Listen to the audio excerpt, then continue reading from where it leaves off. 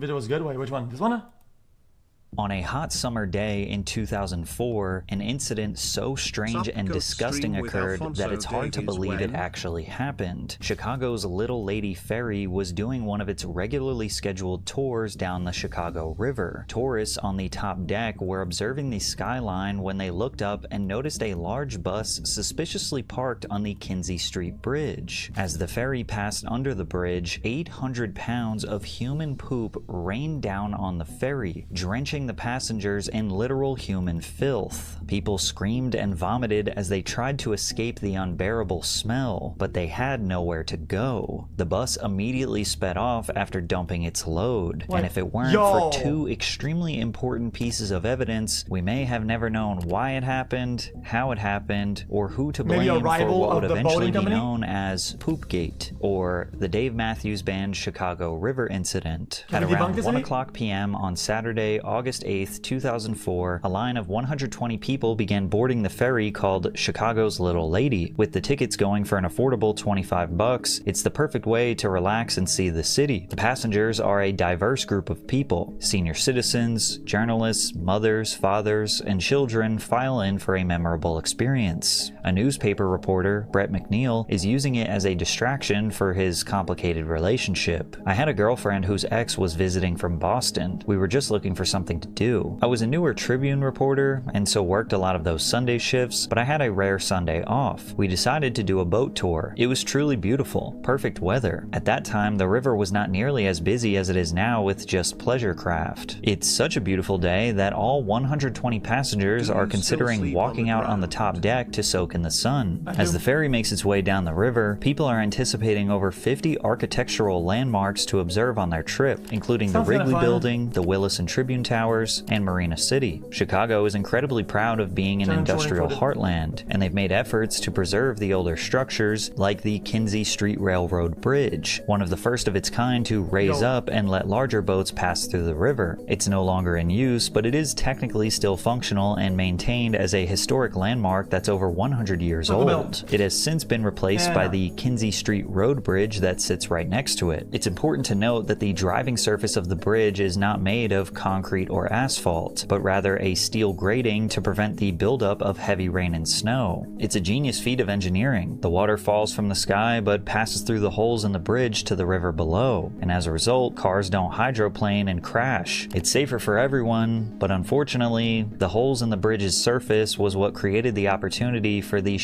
day in Chicago's history. At approximately 1:18 p.m., Chicago's Little Lady is heading towards the bridge. Everybody was sitting on the deck in plastic chairs, like deck chairs. Nobody was downstairs. Up above, passengers near the back of the Little Lady see a large black bus began traveling across the Kinsey Street Bridge. It temporarily stops and blocks out the sun at the bow of the ferry. Everything seemed normal until a cascade of liquid began spraying from what looks like the back of the bus. To guests like McNeil, this was weird but likely harmless. I was confused about what it was. I thought it was either a street sweeper or one of those trucks that you'll see with the big water tanks, and they use them to water the flower beds and the flowers along Michigan Avenue. Whoa.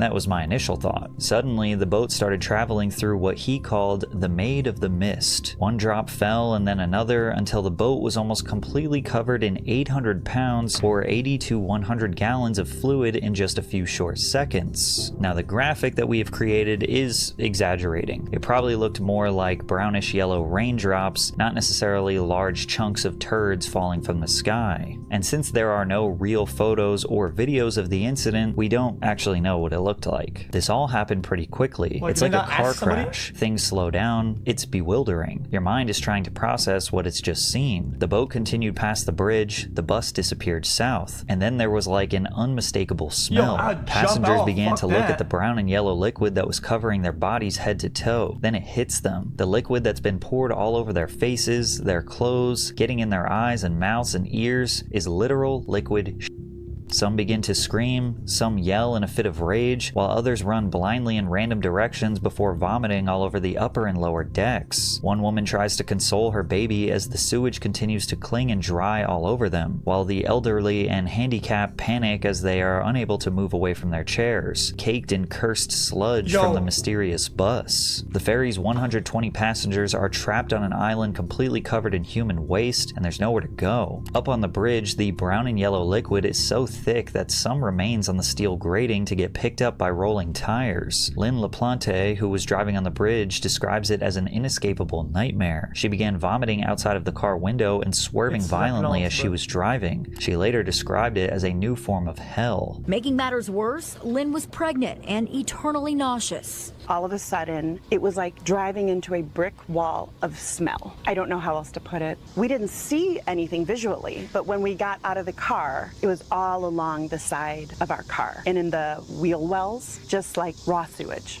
Just covered. Back down below, the captain of the ferry orders the bar to give away free drinks to try and calm down the poop-covered crowd. She also puts the ferry in full throttle to get back to the port as soon as possible, but nothing drowns out the screams of dozens of waste-drenched victims.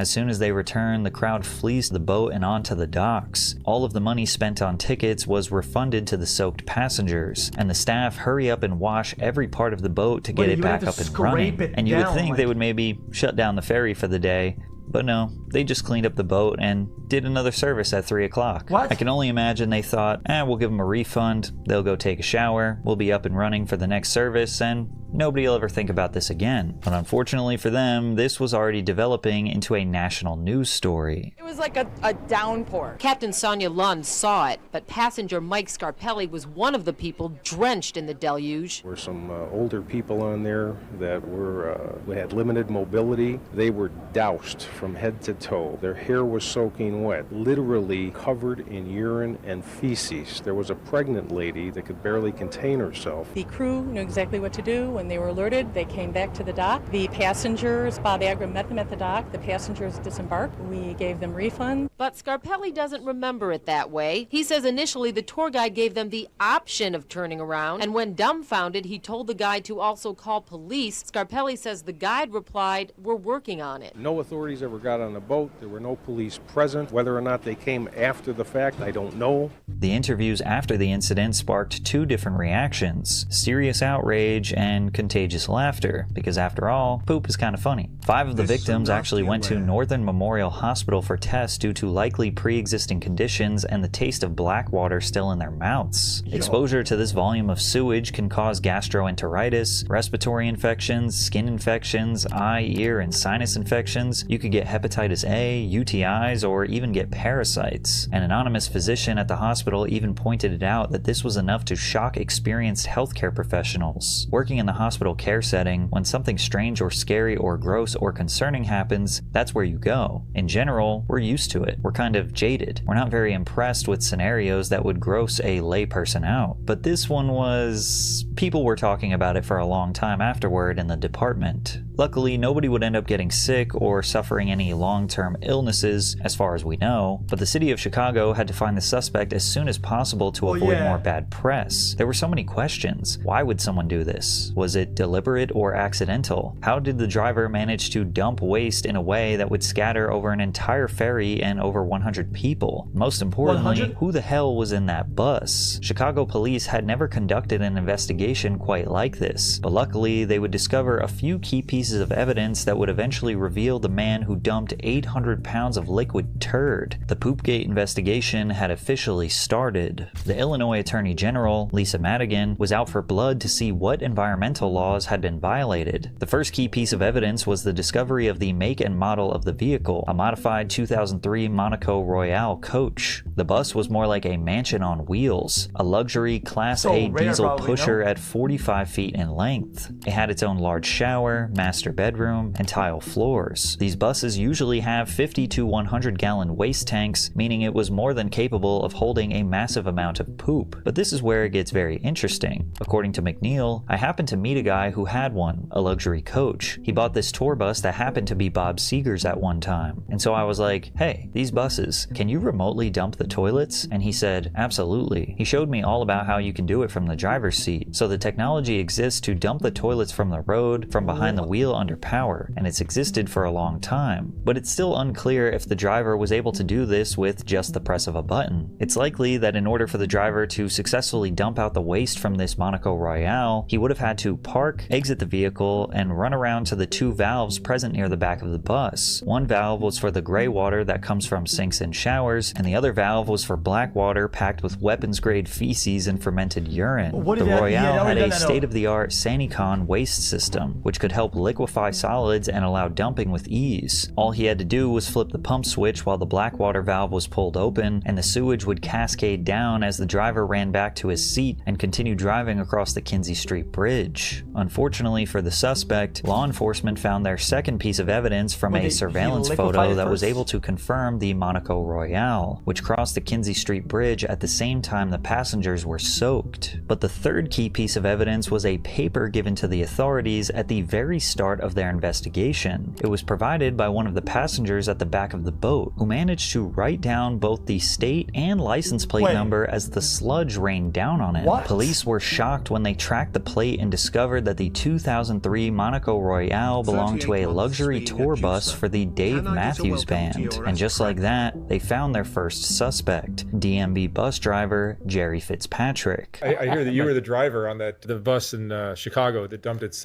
human waste. You know, there was an incident of that happening, and I was in Chicago when that happened, but it was not me. I had nothing to do with it at all. I was accused of it, actually. It was your bus, right? Because I'm driving a bus. Yeah. I was accused of it, and I just...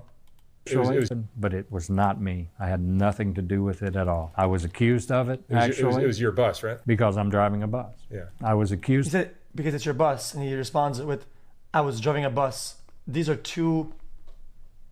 I'm confused. Of it, and I just say that I didn't do that. According to the Chicago Tribune, Fitzpatrick confirmed he was in Chicago with Matthews, whose band played the second of two shows at Alpine Valley in Wisconsin later that night. But the driver said he was parked in front of the Peninsula Hotel when the waste rained down from the bridge several blocks away. Fitzpatrick told the press, "There is no way I could be responsible for that. I haven't emptied the tank for days. Besides, we are very cautious about how we do that sort of thing." They also felt the need to clarify to the press, this band is very environmentally conscious. And to further clear his name, Jerry actually pushed a police sergeant named Paul Gardner to inspect the bus. He even gave Sergeant Gardner his phone to tell a reporter that his tank was almost full. However, the band had a total of 5 buses parked outside the Peninsula Hotel, and authorities were unsure of which one was the dumper. A band as popular as the Dave Matthews Band will tour with multiple buses. One for the band members, maybe one for the crew, and 2 or 3 for equipment, all traveling separately to keep everything running on time. The band was leaving the Alpine Valley Music Theater, which is 2 hours north of Chicago. Now, according to RVDumpsites.net, there are a few different places the band could have stopped to discard the waste from the bus. Then again, this happened over 20 years ago, so we don't know if any of these current locations were available back then. We do know that money was definitely not the problem, because even back then, it only cost about $10. Yeah, but that wouldn't even explain it anyway.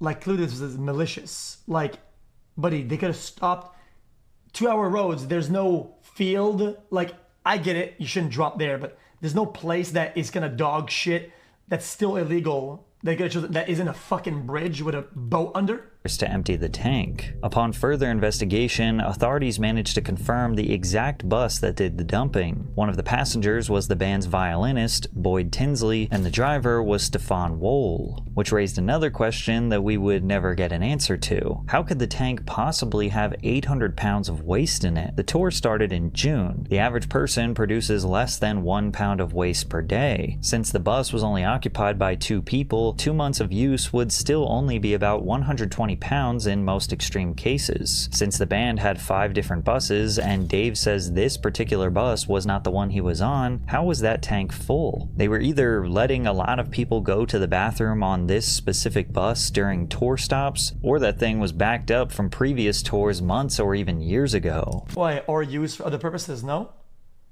But getting information out of this band wouldn't be easy. They knew discussing the matter publicly would result in a PR nightmare, and telling the truth would make them guilty. The band spokesperson, John Vlotten, said, "Our driver has stated that he was not involved in this incident. We reserve judgment on anyone until we have seen the evidence. We have been and will continue to be cooperative in this investigation." However, once the 2-week investigation had ended, the Illinois Attorney General's office filed a lawsuit against them. The suit accused the band and driver of violating state environmental and nuisance laws, seeking $70,000 in fines and an evaluation of the band's waste disposal practices. No. Chat.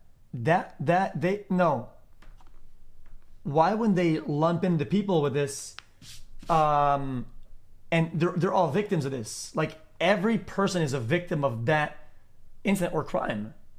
And after confirming the surveillance footage, the Attorney General told the press, "I had the authority to enforce our state's Environmental Protection Act, and that's the main statute that we used. Surely it was a count of water pollution. Surely there was a count for discharging a contaminant into a waterway without a permit. And I think we may have also charged public nuisance. It's a pretty broad statute, but those are the 3 things that we were able to bring." As soon as the video came out, any attempts to deny that evaporated. Chicago's Mayor Daley also made a statement, but it was a little tone deaf and strange. He called the dumping absolutely unacceptable, but also said that the Dave Matthews Band was a very good band. The band's silence was heavily criticized, and eventually they felt the pressure to get... Okay, it could be a civil suit. It can absolutely be a criminal suit. Like, brother, these people were assaulted. Brother, these guys intentionally dumped harmful material on their heads, 100 plus of them. How is that not a assault for criminal case rather than civil, if not both?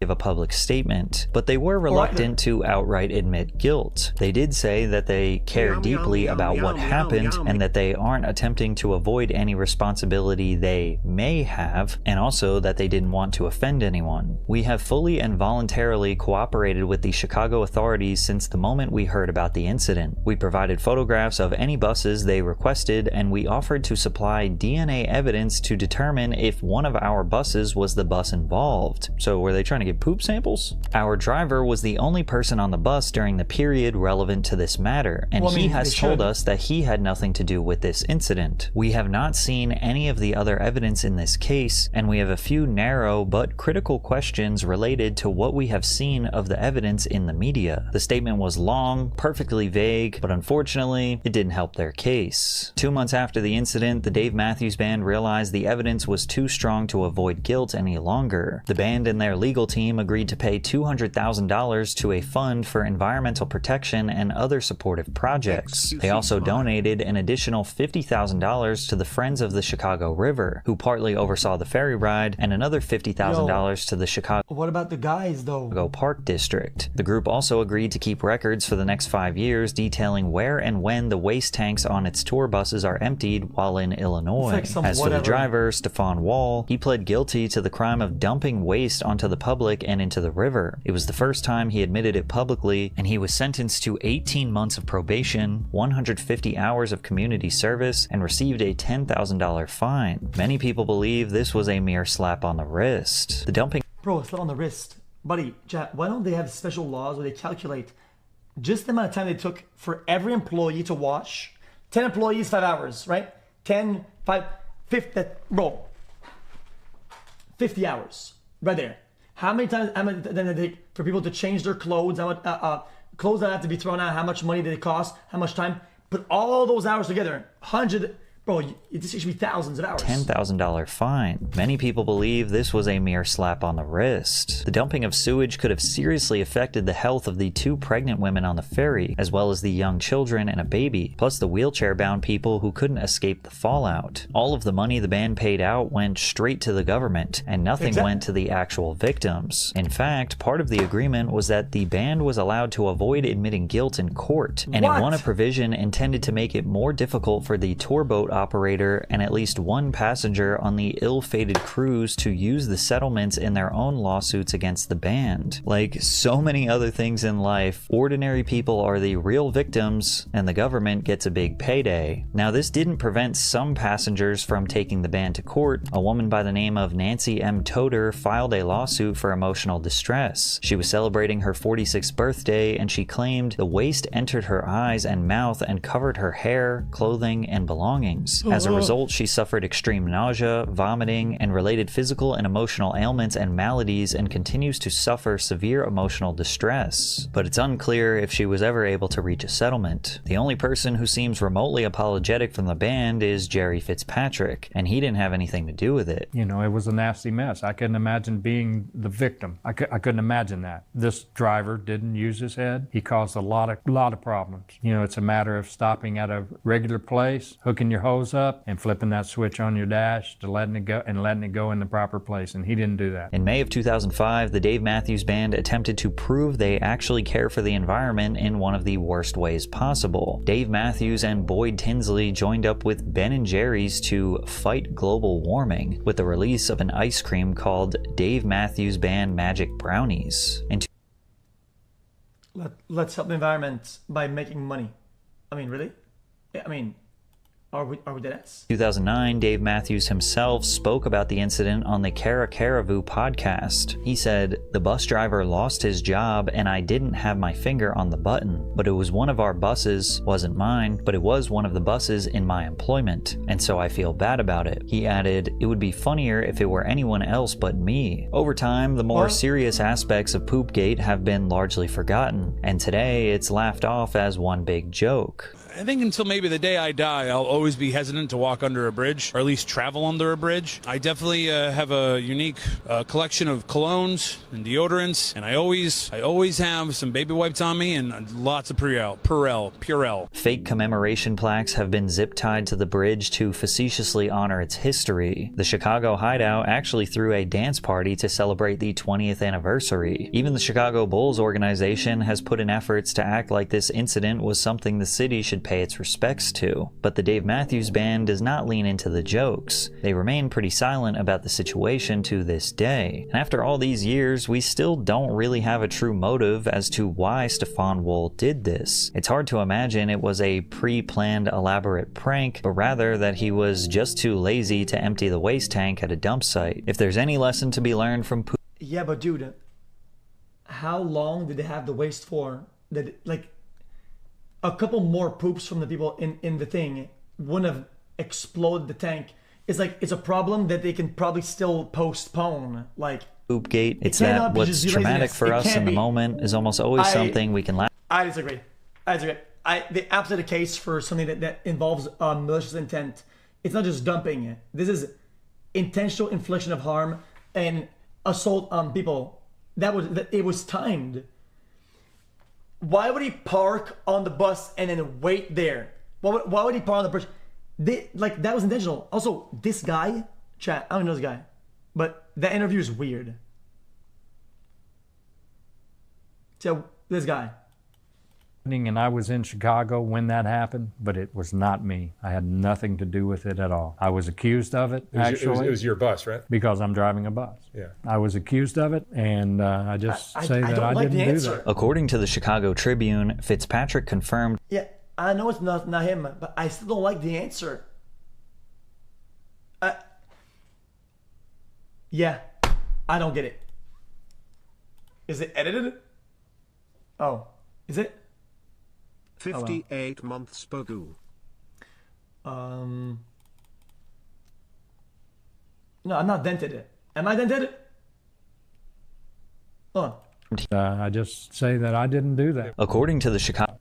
Nothing to do with it at all. I was accused of it, actually. It was your bus, right? Because I'm driving a bus. Yeah. He says, it was your bus, right? Because I was driving a bus. These topics don't even overlap. Whatever. I'm done with it.